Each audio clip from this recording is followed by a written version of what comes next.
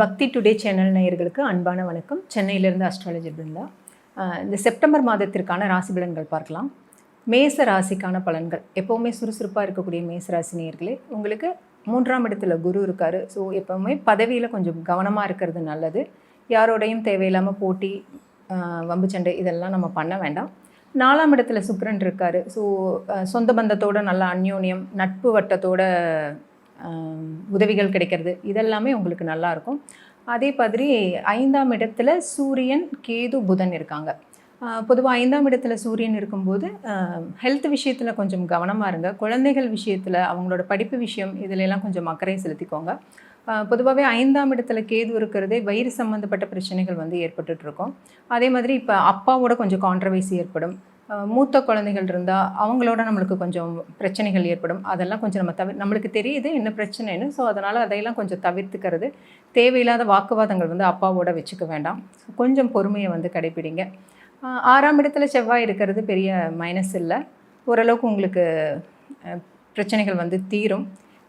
இருந்தாலும் பொதுவாக பார்த்திங்கன்னா இந்த 5ஆம் இடத்துல சூரியன், புதன், கேது இந்த இணைவு இருக்கிறனால கொஞ்சம் உறவினர்கள்கிட்டையும் சரி, வெளிநபர்கள்கிட்டையும் சரி, நீங்கள் கொஞ்சம் கவனமாக இருந்துக்கிறது இந்த மாதத்தை பொறுத்த வரைக்கும் ரொம்ப நல்லது. அதே போல் உங்களுக்கு 12ஆம் இடத்துல சனி, அதாவது விரைய சனி நடந்துட்டுருக்கு. ஏதோ ஒரு புது இன்வெஸ்ட்மெண்ட் இதெல்லாம் பண்ண வேணாம். எப்படி இருந்தாலும் கொஞ்சம் அலைச்சல் திரிச்சல் இதெல்லாம் இருக்க தான் செய்யும் இந்த மாதம். அதனால் கொஞ்சம் கவனமாக இருங்க. இப்போ முக்கியமாக நீங்கள் செய்ய வேண்டிய விஷயம் என்னென்னா, உறவினர்கள் இடத்துல முக்கியமாக அப்பாவோட எந்த ஒரு வாக்குவாதமும் ஈடுபட வேணாம், சரிங்களா? அதே மாதிரி குழந்தைங்க கிட்டேயும் தேவையில்லாமல் ஆர்குமெண்ட்ஸ் பண்ணி நீங்கள் தேவையில்லாமல் மனசு கஷ்டப்படாதீங்க. கொஞ்சம் ஃப்ரீயாக விட்டுருங்க. இந்த ஒரு மாதம் மட்டும் கொஞ்சம் பொறுமையாக நிதானமாக எடுத்துகிட்டு போங்க. இதுலேயும் இந்த ஒரு மாதம் ஃபுல்லாக அப்படி இருக்கணுன்ற அவசியம் இல்லை. செப்டம்பர் 15, 16ஆம் தேதி வரைக்கும் கொஞ்சம் கவனமாக இருக்கணும். கவர்மெண்ட் சம்மந்தப்பட்ட விஷயம் இதில் எல்லாத்துலேயுமே கொஞ்சம் கவனமாக இருந்துக்கோங்க.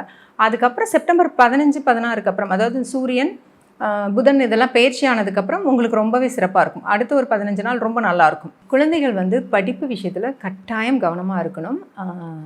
அன்னன்னைக்கு இருக்கிற ஹோம்ஒர்க்ஸ் வந்து முடிச்சிடுங்க, தள்ளி போடாதீங்க, ஓகேங்களா? அதே மாதிரி இந்த செப்டம்பர் 15க்கு அப்புறம் பார்த்திங்கன்னா, திருமணம் ஆனவர்கள் வந்து மனைவியோ கணவரோ யார் ஆப்போசிட் ஜெண்டர்கிட்ட ரொம்ப கவனமாக இருக்கணும். கட்டாயம் அவங்களால வந்து வீட்டில் சண்டை வரதான் செய்யும், பிரச்சனை ஏற்பட தான் செய்யும். ஏன்னா 7ஆம் இடத்துக்கு செவ்வாய் வராரு, ஓகேங்களா? 14ஆம் தேதி வந்து செவ்வாய் பயிற்சி ஆகிறாரு, துலாமுக்கு வராரு. ஸோ கட்டாயம் வந்து மனைவி மூலமாக வந்து கலகம் ஏற்படும், சண்டை ஏற்படும். அதனால் தேவையில்லாத வாக்குவாதங்கள் பண்ணிக்காதீங்க. கொஞ்சம் அனுசரித்து விட்டு கொடுத்து போயிடுங்க. சண்டை போட்டுட்டு நீங்கள் உங்களை காயப்படுத்திக்காதீங்க. கட்டாயம் பேசினா பிரச்சனை தான் வரும். அதனால் திருமண உறவுகளில் இருக்கிறவங்க வாழ்க்கை துணைக்கிட்ட விட்டு கொடுத்து போயிட்டீங்கன்னா ஜெயிச்சுக்கலாம், ஒன்றும் பிரச்சனை வராது. ஸோ முக்கியமாக நீங்கள் இந்த மாதம் வந்து வழிபாடு பண்ணுறது பார்த்திங்கன்னா, சூரியன் வழிபாடு கட்டாயம் பண்ணிட்டு வாங்க. ஞாயிற்றுக்கிழமைகளில் சிவன் கோவிலுக்கு போயிட்டு அங்கே இருக்க சூரியனை முடிஞ்ச வரைக்கும் சூரிய ஹோரையில் வழிபாடு பண்ணுறது ரொம்ப நல்லது. காலையில் 6 to 7 கோதுமையில் ஏதாவது உணவு செஞ்சு நீங்கள் எடுத்துகிட்டு போயிட்டு வழிபாடு பண்ணிவிட்டு அந்த கோதுமை உணவை வந்து தானம் பண்ணிட்டு வாங்க. இல்லை எங்களால் நல்லா செய்ய முடியும் அப்படின்னா நீங்கள் ஒரு 5 கிலோ 10 கிலோ கோதுமை வாங்கி கூட கஷ்டப்படுறவங்களுக்கு நீங்கள் தானம் பண்ணலாம். கோதுமையை உணவாகவும் சமைச்சு கொடுங்க, இல்லை கோதுமையாகவும் நீங்கள் வாங்கி கொடுக்கலாம். ஸோ கட்டாயம் இந்த பரிகாரத்தை வந்து ஃபாலோ பண்ணுங்கள். நிச்சயமாக இந்த மாதம் ஒரு சிறந்த மாதமாக உங்களுக்கு அமையும். மேசராசிக்காரர்கள் வந்து உங்களுக்கு கொஞ்சம் மனசு கஷ்டமாக இருக்குது, நல்லா ரிலாக்ஸ் ஆகணும், கொஞ்சம் டிப்ரெஷனாக இருக்குது, இந்த மாதிரிலாம் பிரச்சனை இருக்குன்னா நீங்கள் அழகாக ஒரு மலை அடிவாரம், சரிங்களா? அங்கே நல்ல புல்வெளி இருக்கிற இடத்துல சும்மா வெறும் காலில் அப்படியே நடந்துட்டு வாங்க. பொதுவாகவே மலை அடிவாரங்களுக்கு நீங்கள் போயிட்டு வந்தீங்கனாலே மனசு ரொம்ப தெளிவாகும்.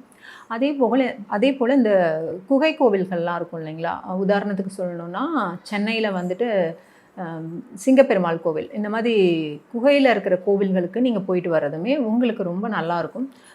பொதுவாகவே வந்து இந்த சூரியனார் வழிபாடு பண்ணிட்டு வரும்போது, ஏன்னா உங்கள் லக்னத்துக்கு ராசிக்கு பொதுவாக இந்த மேஷ லக்னம் மேச ராசியில் இருக்கவங்களுக்கு 5ஆம் இடம் பார்த்திங்கன்னா சூரியனோட வீடு, சிம்ம வீடு. அதனால் இந்த சூரியன் வழிபாடு பண்ண உங்களுக்கு ஆத்ம பலம் ரொம்ப நல்லாயிருக்கும். கட்டாயம் மேசராசியில் இருக்கிறவங்க இந்த வழிபாடுகளை செஞ்சுட்டு வாங்க. எப்பெல்லாம் முடியுதோ அப்போல்லாம் கட்டாயம் ஒரு மலை அடிவாரத்துக்கு போயிட்டு வாங்க. பக்தி டுடே சேனல் நேயர்களுக்கு அன்பான வணக்கம். சென்னையிலிருந்து அஸ்ட்ராலஜர் பிருந்தா. இந்த செப்டம்பர் மாதத்திற்கான ராசி பலன்கள் பார்க்கலாம். மேச ராசிக்கான பலன்கள். எப்போவுமே சுறுசுறுப்பாக இருக்கக்கூடிய மேசராசி நேயர்களே, உங்களுக்கு 3ஆம் இடத்துல குரு இருக்கார். ஸோ எப்போவுமே பதவியில் கொஞ்சம் கவனமாக இருக்கிறது நல்லது. யாரோடையும் தேவையில்லாமல் போட்டி, வம்பு சண்டை இதெல்லாம் நம்ம பண்ண வேண்டாம். 4ஆம் இடத்துல சுக்கிரன் இருக்கார். ஸோ சொந்த பந்தத்தோட நல்ல அந்யோன்யம், நட்பு வட்டத்தோட உதவிகள் கிடைக்கிறது இதெல்லாமே உங்களுக்கு நல்லாயிருக்கும். அதே மாதிரி 5ஆம் இடத்துல சூரியன், கேது, புதன் இருக்காங்க. பொதுவாக 5ஆம் இடத்துல சூரியன் இருக்கும்போது ஹெல்த் விஷயத்தில் கொஞ்சம் கவனமாக இருங்க. குழந்தைகள் விஷயத்தில், அவங்களோட படிப்பு விஷயம் இதிலெல்லாம் கொஞ்சம் அக்கறை செலுத்திக்கோங்க. பொதுவாகவே 5ஆம் இடத்துல கேது இருக்கிறதே வயிறு சம்மந்தப்பட்ட பிரச்சனைகள் வந்து ஏற்பட்டுட்ருக்கோம். அதே மாதிரி இப்போ அப்பாவோட கொஞ்சம் கான்ட்ரவர்சி ஏற்படும். மூத்த குழந்தைகள் இருந்தால் அவங்களோட நம்மளுக்கு கொஞ்சம் பிரச்சனைகள் ஏற்படும். அதெல்லாம் கொஞ்சம் நம்மளுக்கு தெரியுது என்ன பிரச்சனைன்னு. ஸோ அதனால் அதையெல்லாம் கொஞ்சம் தவிர்த்துக்கிறது. தேவையில்லாத வாக்குவாதங்கள் வந்து அப்பாவோட வச்சுக்க வேண்டாம். கொஞ்சம் பொறுமையை வந்து கடைப்பிடிங்க. 6ஆம் இடத்துல செவ்வாய் இருக்கிறது பெரிய மைனஸ் இல்லை. ஓரளவுக்கு உங்களுக்கு பிரச்சனைகள் வந்து தீரும். இருந்தாலும் பொதுவாக பார்த்திங்கன்னா இந்த 5ஆம் இடத்துல சூரியன், புதன், கேது இந்த இணைவு இருக்கிறனால கொஞ்சம் உறவினர்கள்கிட்டையும் சரி, வெளிநபர்கள்கிட்டையும் சரி, நீங்கள் கொஞ்சம் கவனமாக இருந்துக்கிறது இந்த மாதத்தை பொறுத்த வரைக்கும் ரொம்ப நல்லது. அதே போல் உங்களுக்கு 12ஆம் இடத்துல சனி, அதாவது விரைய சனி நடந்துகிட்ருக்கு. ஏதோ ஒரு புது இன்வெஸ்ட்மெண்ட் இதெல்லாம் பண்ண வேணாம். எப்படி இருந்தாலும் கொஞ்சம் அலைச்சல் திரிச்சல் இதெல்லாம் இருக்க தான் செய்யும் இந்த மாதம். அதனால் கொஞ்சம் கவனமாக இருங்க. இப்போ முக்கியமாக நீங்கள் செய்ய வேண்டிய விஷயம் என்னென்னா, உறவினர்களிடத்தில் முக்கியமாக அப்பாவோட எந்த ஒரு வாக்குவாதமும் ஈடுபட வேணாம், சரிங்களா? அதே மாதிரி குழந்தைங்க கிட்டேயும் தேவையில்லாமல் ஆர்குமெண்ட்ஸ் பண்ணி நீங்கள் தேவையில்லாமல் மனசு கஷ்டப்படாதீங்க. கொஞ்சம் ஃப்ரீயாக விட்டுருங்க. இந்த ஒரு மாதம் மட்டும் கொஞ்சம் பொறுமையாக நிதானமாக எடுத்துகிட்டு போங்க. இதுலேயும் இந்த ஒரு மாதம் ஃபுல்லாக அப்படி இருக்கணுன்ற அவசியம் இல்லை. செப்டம்பர் 15, 16ஆம் தேதி வரைக்கும் கொஞ்சம் கவனமாக இருக்கணும். கவர்மெண்ட் சம்மந்தப்பட்ட விஷயம் இதில் எல்லாத்துலேயுமே கொஞ்சம் கவனமாக இருந்துக்கோங்க. அதுக்கப்புறம் செப்டம்பர் 15, 16க்கு அப்புறம், அதாவது சூரியன், புதன் இதெல்லாம் பயிற்சி ஆனதுக்கப்புறம் உங்களுக்கு ரொம்பவே சிறப்பாக இருக்கும். அடுத்த ஒரு 15 நாள் ரொம்ப நல்லாயிருக்கும். குழந்தைகள் வந்து படிப்பு விஷயத்தில் கட்டாயம் கவனமாக இருக்கணும்.